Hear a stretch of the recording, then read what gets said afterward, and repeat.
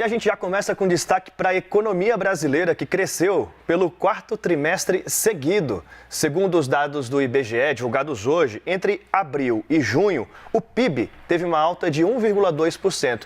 É um desempenho acima do esperado pelos especialistas, pelo mercado, inclusive. Priscila Asbeck, vamos destrinchar esse número a partir de agora e até entender como que isso impacta o nosso dia a dia. Vamos lá, primeiro eu vou começar com alguns dados gerais para a gente entender um pouco desse resultado do segundo trimestre. Então, como vocês falaram, alta de 1,2%, isso representa também o quarto resultado positivo seguido, veio acima da projeção, que era de 0,9%. Com isso, o PIB, a economia brasileira, acumula uma alta de 2,5% no primeiro semestre. Em um ano, em 4 trimestres seguidos acumulados, o PIB acumula uma alta de 2,6% e com isso, a economia brasileira ela volta a ficar acima do patamar pré-pandemia, 3% acima do patamar pré-pandemia, e é o segundo patamar mais alto da economia brasileira da série, só atrás do primeiro trimestre de 2014. A gente vai mostrar aqui, então, a trajetória do PIB brasileiro, com esse resultado, então, que acabou de ser divulgado hoje pelo IBGE, de alta de 1,2%, então, no segundo trimestre. A gente vê, então, o ano de 2019, ali antes da pandemia, um PIB que crescia pouco, veio 2020, baque da pandemia, a economia chegou a registrar uma queda de 9% no segundo trimestre. Depois, em 2021, uma recuperação, mas uma recuperação ainda não tão robusta. E aí, agora, nesse começo de ano de 2022, então, só no primeiro semestre, a economia brasileira crescendo, então, 2,5%, com esse resultado acima do esperado aqui, também ajudando a revisar as expectativas do PIB para o ano fechado de 2023. Então, como esse resultado do segundo trimestre veio acima do esperado, já tem economista, inclusive, dizendo que a expectativa é que o PIB fique mais próximo desse ano, do ano de 2023 fechado, de 3% do que de 2%, como anteriormente era previsto. A gente vai ver também quais foram os segmentos que puxaram essa alta. A gente tem aqui, então, o PIB da ótica da produção, ou seja, da ótica de tudo que é produzido. E aí a gente tem os destaques positivos aí, com indústria, que teve a maior alta, com serviços, com uma alta de 1,3%. Serviços têm um peso de 70% na economia, por isso tiveram um maior impacto para essa alta do PIB do segundo trimestre. E a agropecuária, então, com uma alta de 0,5%. Dentro da indústria, os segmentos que puxaram o resultado foram o segmento de construção civil, que vinha sendo penalizado aí por causa de pandemia, aumento do custo da matéria-prima, também aumento de juros, mas agora então apresenta uma recuperação, puxou o resultado da indústria e também atividades ligadas à eletricidade, esgoto, que também foram puxadas pelo aumento do consumo das famílias, da demanda. Isso ajudou também a atividade de alguns segmentos aí dentro da indústria. Dentro dos serviços, também destaque para informação, comunicação, softwares, que foi um setor que foi menos prejudicado pela pandemia, mas também aqui tem um efeito muito importante da retomada das atividades presenciais. Então, as outras atividades, que é um dos segmentos dentro de serviços, tiveram um dos resultados mais fortes, justamente puxados por restaurantes, hotéis, por atividades que antes estavam restritas e agora apresentam uma forte retomada. Isso apareceu bastante no segundo trimestre. E aí a agropecuária com um crescimento de 0,5%. A safra de soja não foi muito positiva, mas a safra de café foi positiva. Então, com isso, o setor conseguiu crescer no segundo trimestre. Agora a gente vai ver também qual que é o resultado do PIB, mas da ótica da demanda, então da ótica do que é consumido. Então, não sei se a gente tem essa arte, não temos essa arte, então eu vou só citar aqui rapidamente. O destaque foi o consumo das famílias, com uma alta de 2,6%, que é a maior alta desde o quarto trimestre de 2020, foi puxada justamente pelo que eu estava falando, de aumento da demanda das famílias. E aí aqui entra não só a recuperação da atividade por causa de reabertura mais plena da economia, mas também já entra um efeito das medidas tomadas pelo governo. Então, tanto antecipação de 13º, de INSS, tudo isso acabou ajudando, redução de impostos, que também conseguiu trazer já algum impacto aí, tanto de incentivo para empresas, quanto de redução de preços. E aí, com isso, a gente tem, só para finalizar aqui, essa perspectiva, então, que deve superar a perspectiva do mercado. Então, o mercado hoje, o Boletim Focus, traz uma perspectiva de crescimento do PIB de 2,1% para o ano fechado de 2023. Mas alguns economistas já começam a revisar suas previsões para esse ano. Eu estava conversando com a Tatiana Pinheiro, que é economista-chefe da Galápagos capital e ela falou que só o carrego, ou seja, se o PIB não crescer no terceiro trimestre, se não crescer no quarto trimestre, só com o que cresceu no primeiro semestre, o PIB já fecha o ano com um crescimento de 2,6%.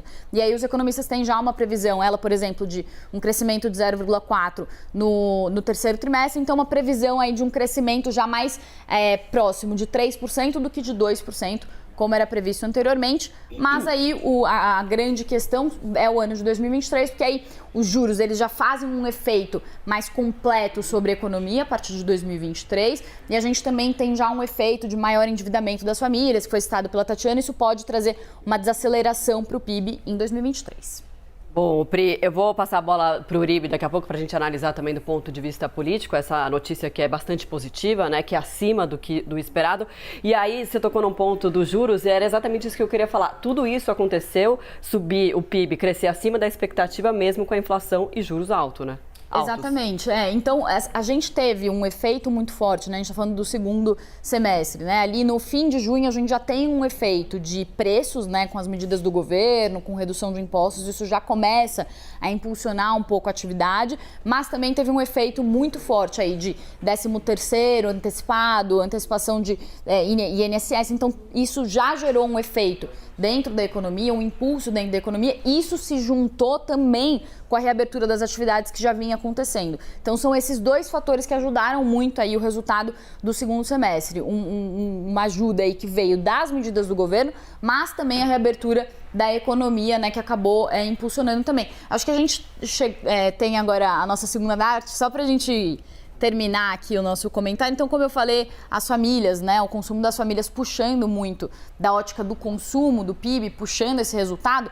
Importante falar também, isso eu tinha esquecido, a arte ajuda a gente a lembrar de alguns números, são muitos números, mas a formação bruta de capital fixo, que é o investimento das empresas, subiu 4,8%, tinha caído 3% no primeiro trimestre, então se recupera, vem forte. E aí os gastos do governo, estava falando também com a Tatiana Pinheiro, ela estava explicando, né?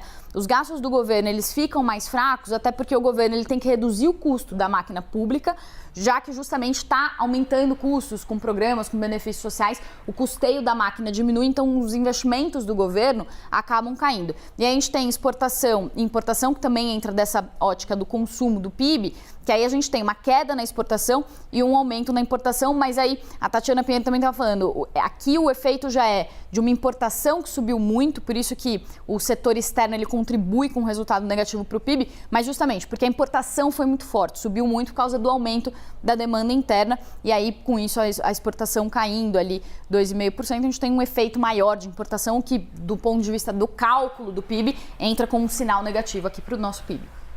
Boa, vamos chamar o Gustavo Uribe então para a gente trazer o componente político para isso, como que esse assunto deve ser trabalhado a partir de agora, comemorado certamente e usado em ano de eleições. Bom dia, Uribe. Bom dia a todos, bom dia Priscila, bom dia Daniel e bom dia Marcela. Como que a gente pode esperar esse número reagindo nas campanhas?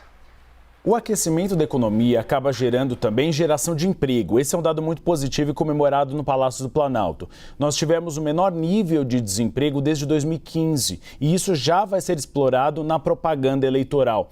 Há uma percepção do brasileiro que é o índice de felicidade. O índice de felicidade não está muito relacionado ao PIB, porque boa parte da população brasileira não entende muito bem o que significa o crescimento do produto interno bruto. Há dois fatores que são mais diretos ao eleitorado: desemprego e inflação. Em relação ao desemprego, o governo federal já prepara um discurso e isso já tem revertido muito o mau humor que havia de parte da população brasileira em relação ao Palácio do Planalto. A última pesquisa Genial Quest e a IPESP mostraram que a percepção em relação ao governo mudou muito. Há uma perspectiva muito positiva, inclusive, de geração de emprego e queda da inflação.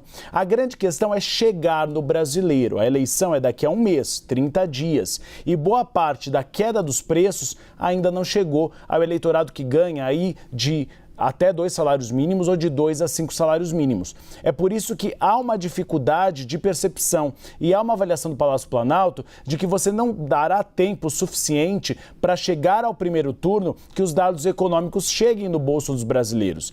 É por isso que há uma percepção, sobretudo, sobre a inflação, que o governo federal deve agir mais diretamente a ela. É por isso que hoje foi anunciado pelo Ministério da Justiça uma decisão que eu e a Thais Herédia trouxemos mais cedo no Arena CNN, que é uma multa de R$10 mil para as concessionárias de energia elétrica que não adotarem aquele percentual 17% ou 18% sobre o ICMS, sobre a conta de energia. Por quê? Porque o Palácio do Planalto está bastante preocupado que boa parte do aumento do Auxílio Brasil, de R$ 400 para R$ 600, está sendo usado para as famílias para o pagamento de contas, conta de água e conta de luz, e não para a compra de alimentos. E a inflação dos alimentos ainda está bastante alta. Então, é uma tentativa do governo federal falar um pouco mais grosso para levar esse eleitorado que ganha até 2 salários mínimos, que é a maioria da população brasileira, a tentar votar no presidente Jair Bolsonaro, porque boa parte desse eleitorado ainda está com o ex-presidente Luiz Inácio Lula da Silva. Então, é uma tendência positiva, o governo federal passa por uma onda positiva. A questão é fazer essa onda positiva chegar no bolso do eleitorado de baixa renda. E aí, eu comemoro aqui, eu e a Marcela, pela safra de café que a Priscila disse. Que bom que estamos produzindo café, porque é um produto muito utilizado pelo brasileiro e nós daqui no Live Brasil. É a segunda bebida mais consumida, fica atrás apenas da água, que é essencial, né, para nossa sobrevivência. O Daniel também tomava, não sei o que aconteceu, que ele parou de tomar café. Voltei. Voltou? Nós contribuindo para o PIB brasileiro, porque eu também sou da turma do café, então... Jornalista que não bebe café, a gente já estranha. É verdade.